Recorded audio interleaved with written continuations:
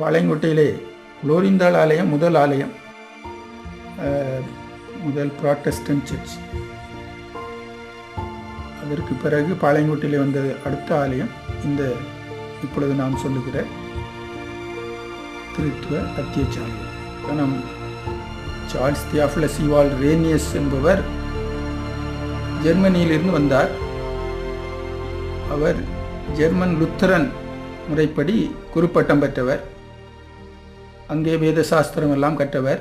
இந்த ரேனியஸ் அவர் வருகின்ற அந்த காலகட்டத்திலே ஏராளமான அவருக்கு தங்குறதுக்கு இடம் கிடையாது. வாடகைக்கு ஒரு தினம் வீடு கொடுக்க மாட்டேன்ட்டான். அப்பொழுது அவருக்கு இடம் கிடையாமல் வாடகை வீட்டில் குடியிருந்தார். வெங்கு முதலியாரும் சுலோச்சன முதலியாரும் அவருடைய நண்பர்கள். தான் இந்த ஆலயம் இருக்கிற இடமும் அதை சுற்றியுள்ள இடங்களும் வாங்கப்பட்டன. அவர் மிகவும் சௌகரியமாக கிறிஸ்தவர்களுக்கு அந்த நிலத்தை கொடுத்தார். இப்பொழுது பிஷப் சார்ஜென்ட் பள்ளி இருக்கிற இடம் வெங்கு முதலியார் கிறிஸ்தவ மிஷனுக்காக குறைந்த விலையிலே கொடுத்தார்.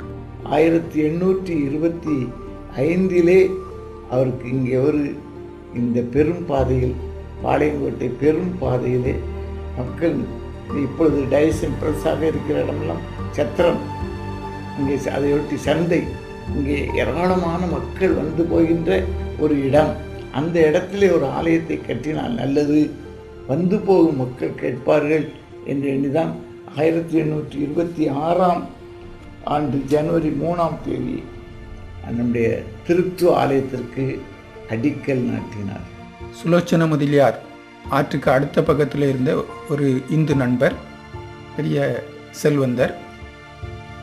அவரிடத்திலே ரேனியஸ் ஆற்றிலே ஒரு பாலம் அமைக்குமாறு சொன்னார்.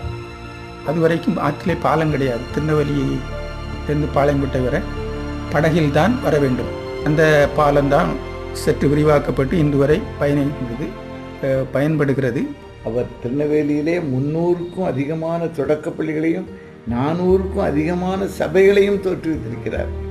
இதை கண்டு அந்த வெங்கு முதலியார் அவங்கெல்லாம் பண்ணையாரா தொழிலாளர்களை அடிமைப்படுத்தி கூட வேலை வாங்குறவர்களாக இருந்தாலும் கூட அவர் செய்கிற அந்த அரும் தொண்டை கண்டு ஒரு தடவை 100 ரூபாய் சன்மானம் அனுப்பியிருக்கிறார். அந்த 100 ரூபாய் இப்பொழுது 1,00,000 சமானம். அந்த 100 ரூபாய் அவர் அத்துடன் ரேனியஸுக்கு இருந்த மகிழ்ச்சி சொல்ல முடியாது மட்டுமல்ல, அவருக்கு எழுதின அந்த ரிப்ளை, அவருக்கு எழுதின பதில் கடிதம் 4 பக்கங்களில் எழுதியிருக்கிறார். 4 பக்கங்களிலேயும் அது ஒரு பெரிய சுவிசேஷ செய்தியாக அவருடைய மகிழ்ச்சியை நன்றியோடு கூட தெரிவித்தாலும் கூட கடைசியில் அவர் என்ன எழுதுகிறார் என்றால், என்னுடைய அருமை நண்பரே வெங்கு முதலியார் அவர்களே, நானும் நீங்களும் ஒரு நாள் மரித்து போவோம். ஆனால் ஒரு மனிதன் உலகம் முழுவதையும் ஆதாயப்படுத்தி கொண்டாலும் தன் ஜீவனை நஷ்டப்படுத்தினால் அவனுக்கு ஆதாயம் என்ன?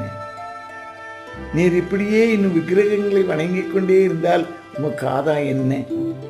இப்படி எழுதி முடிக்கிறார். எவ்வளவு துணிச்சல் வேண்டும் பாருங்கள். அவர் ஒரு பெரிய நன்கொடையை செய்திருக்கிறார். அந்த கடிதத்தை பார்த்து விட்டுத்தான் அவருக்கு இருந்த இன்றைக்கு பிஷப் சார்ஜென்ட் பள்ளிக்கூடம் இருக்கிற அந்த பகுதியும், மேரி சார்ஜென்ட் கதீட்ரல் ஹைஸ்கூல் இருக்கிற அந்த பகுதி எல்லாவற்றையும் சேர்த்து 750 ரூபாய் 750 ரூபீஸுக்கு விலைக்கரையமாக கொடுத்திருக்கிறார்.